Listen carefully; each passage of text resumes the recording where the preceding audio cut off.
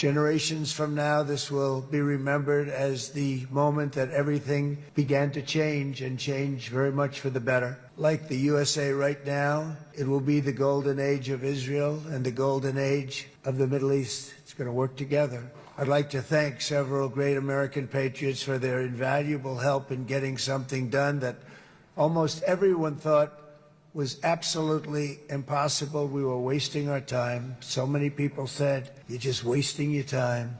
But we weren't, because we had talented people working with us, and we had people that love your country, and frankly, people that love the region. They love the Middle East. This is President Donald Trump speaking just yesterday on Monday, October 13th at the Knesset in Israel. I'm the other Barack, coming to you live and direct from Australia. And if you're brand new to this channel, it would mean the world to me if you could just smash that subscribe button and press that bell icon so that you are notified by the bell every time we put out a video here. I want to make it very clear that I've talked about this a lot on my channel. I am by no means, have never been, am not, and don't plan on being on the Trump train. Not the biggest fan in my life, but I do think there's an incredible amount of things that we can extract and learn from, given what he's been able to do in the Middle East. It's profound when you look at the impact he has had. Regardless of how you think about the world or politics, I don't fucking care. Look at what he has done. The literal things that have happened, hostages, deals. You can't debate action. You don't have to like a person, but just because you don't like a person doesn't mean they can't make good decisions. I don't agree with a lot of his decisions, and that's besides the point. That's why I don't talk about politics on this channel. Anyways, let's get into this. Thank you very much, everybody. It's a great honor. Nice place. Very nice place. Mr. President, Mr. Prime Minister, Mr. Speaker, esteemed members of the Knesset, and cherished citizens of Israel, we gather on a day of profound joy, of soaring hope, of renewed faith, and above all, a day to give our deepest thanks to the Almighty God of Abraham, Isaac, and Jacob.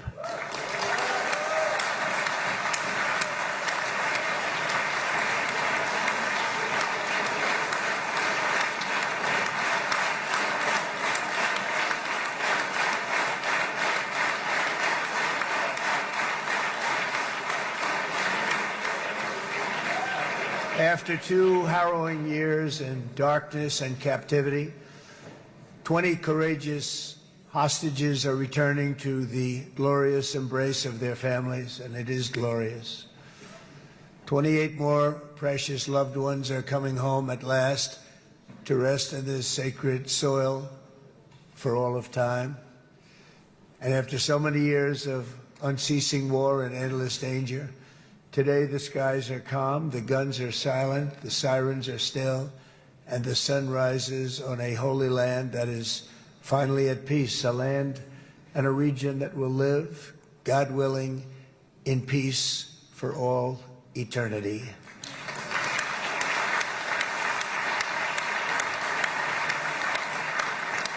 This is not only the end of a war, this is the end of an age of terror and death, and the beginning of the age of faith and hope and of God. It's the start of a grand concord and lasting harmony for Israel and all the nations of what will soon be a truly magnificent region. I believe that so strongly. This is the historic dawn of a new Middle East. I want to express my gratitude to a man of exceptional courage and patriotism, whose partnership did so much to make this momentous day possible. You know who I'm talking about. There's only one. Prime Minister Benjamin Netanyahu. Bibi, please stand up.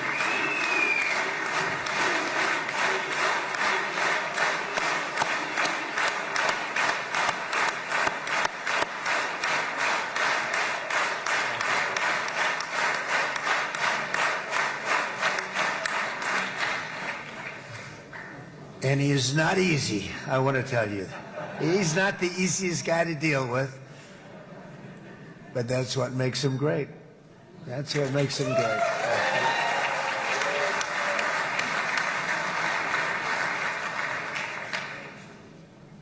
Thank you very much, baby.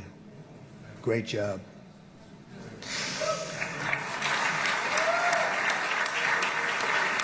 And let me also convey my tremendous appreciation for all of the nations of the Arab and Muslim world that came together to press Hamas to set the hostages free and to send them home. We had a lot of help. We had a lot of help from a lot of people that you wouldn't suspect, and I want to thank them very much for that.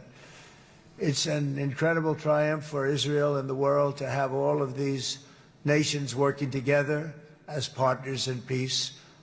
And it's pretty unusual for you to see that, but it happened in this case. This was a very unusual point in time, a brilliant point in time. Generations from now, this will be remembered as the moment that everything began to change, and change very much for the better. Like the USA right now, it will be the golden age of Israel and the golden age of the Middle East. It's going to work together.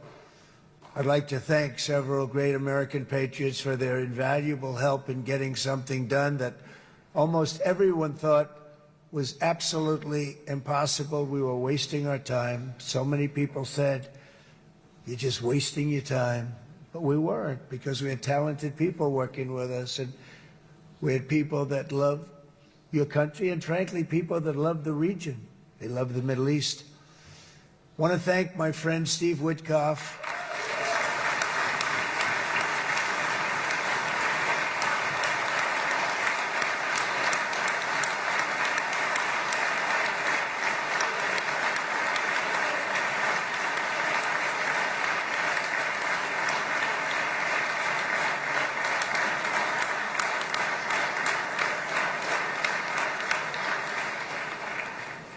You know, Steve was chosen by me.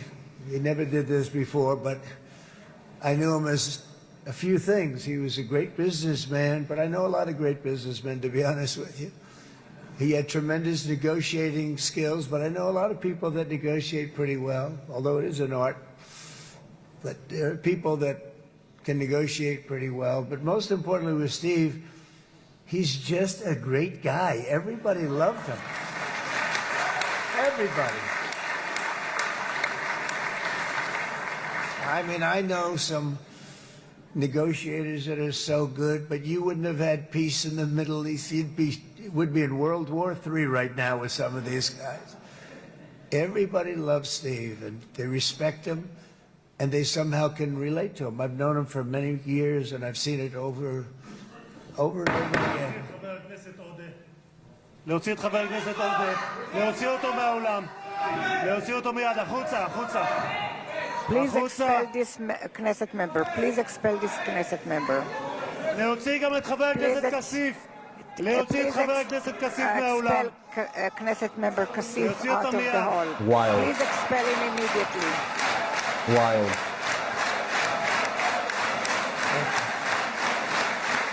Absolutely wild.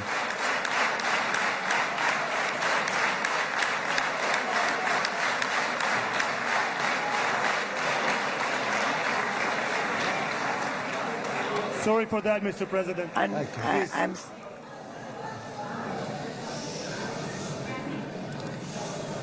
That was very efficient.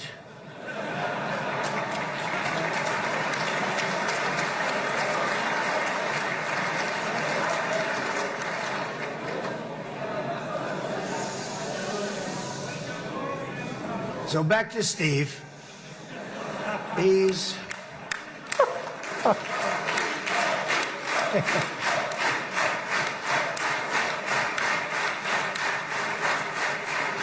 But I tell one story because he was so involved, and then we called in Jared. We need that brain on occasion. We got to get Jared in here. We got to get a certain group of people. But Steve started this all by himself. I call him Henry Kissinger, who doesn't leak.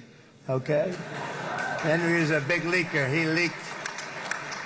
Steve doesn't leak. Steve just wants to get the job done. He wants to do what's right. But I'll give you just a quick story because, as you know, he's working on the war with Russia and Ukraine, a war that would have never happened if I were president. A shame. 7,000 young soldiers a week are being killed. More than that this last week. It's a shame that it never happened. But it did happen, and we won the race, and I took over this horrible war that's been raging, and I thought it would be easily settled. I thought it was a hell of a lot easier than doing what we just did very successfully with Israel and a lot of other people. But this came first, and we'll get that one. But I set up a meeting for him to meet with President Putin, thinking it would be a 15 or a 20-minute meeting. Steve had no idea about Russia, had no idea about Putin too much, didn't know too much about politics, wasn't that interested. He was really good at real estate, but he had that quality that I was looking for, and I didn't see it around in too many ways. And I set up the meeting with Putin, and I called. I said, is Steve finished yet? That was about a half an hour into the meeting.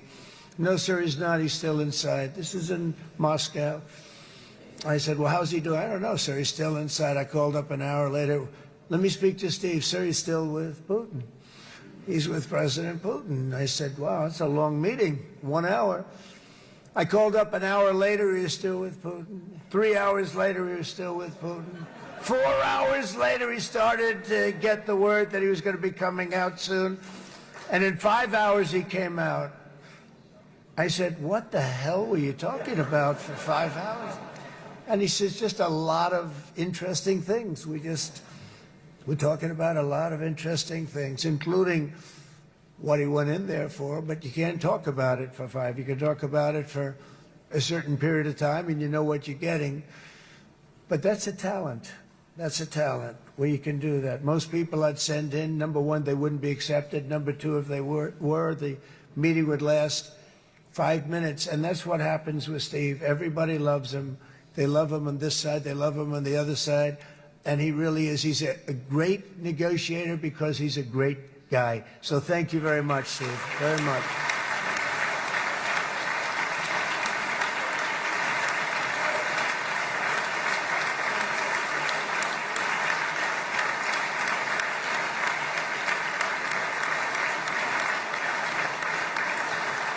And let me also give a very special thanks to someone who truly loves Israel. In fact, loves it so much that my daughter converted. My daughter converted. I didn't know this was going to happen. And Ivanka's here.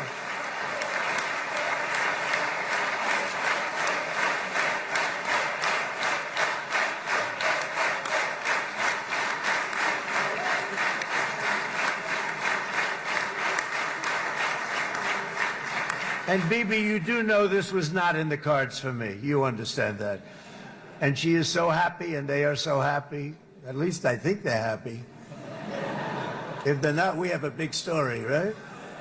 No, they have a great marriage, and they get along great. They're best friends. They have a very special relationship. But Jared has been so helpful. He really did something very special. He established the Abraham Accords with a group of very wonderful people. I like calling it the Avraham Accords because people that, what? Avraham. It's so cool. It's so much sort of nicer, you know, the Abraham versus the Avraham.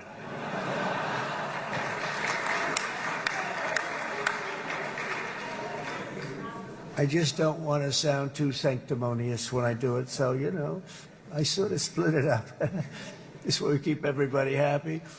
But we have some very great talent, and they have no excuses for anything that's taken place because we had some unbelievably good people working on this. And then you're going to add a man named Marco Rubio, who is also here. That's right.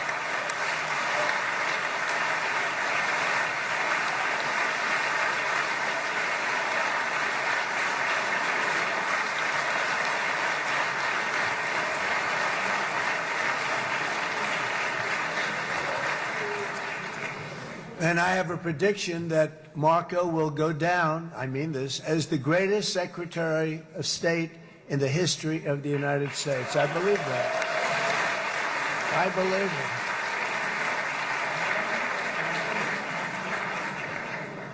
it. And he and I, you know, we really fought it out. You remember, he was tough. He was nasty. Who the hell thought this was going to happen, Marco, right? And now I'm saying he's going to go down as the greatest. He will. He was always smart and sharp, and people respect him. And then we have somebody who's young, but an unbelievable leader. I saw it a long time ago, and he's turned out to be even better than we thought. Right, Susie? I think even better. And that's Pete Hegseth, who is our Secretary of War, formerly Secretary of Defense.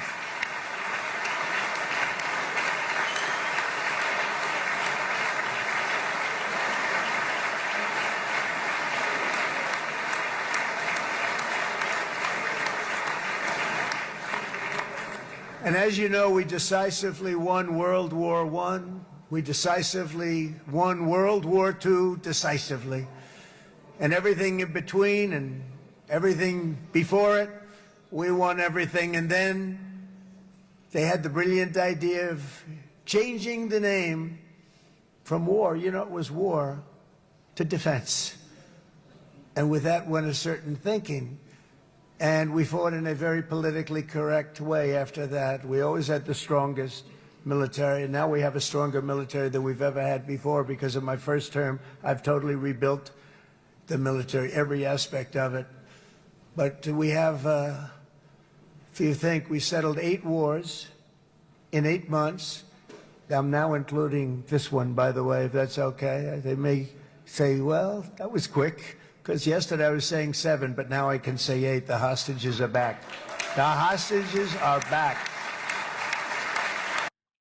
I think Trump is like a media company that travels and entertains, and he does a really good job of obviously entertaining and keeping people engaged. The one thing that I'll say is that, like, he does the things that he says. And by the way, I think that that's also one of the, it's a weapon for him as ammo and positivity. It's also a weapon against many other people.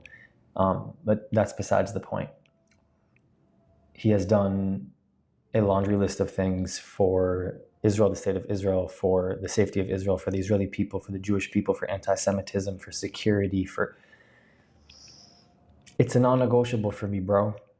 So, to the Democrats, I appreciate what he's done, and I stand by what he's doing, because this is a life or death situation. This isn't just like a gamble here, people. It's a life or death situation, and a life or death situation for me is going to become a non-negotiable. And for the Republicans who are against Trump, I understand. And same for the Democrats who are against Trump. I understand.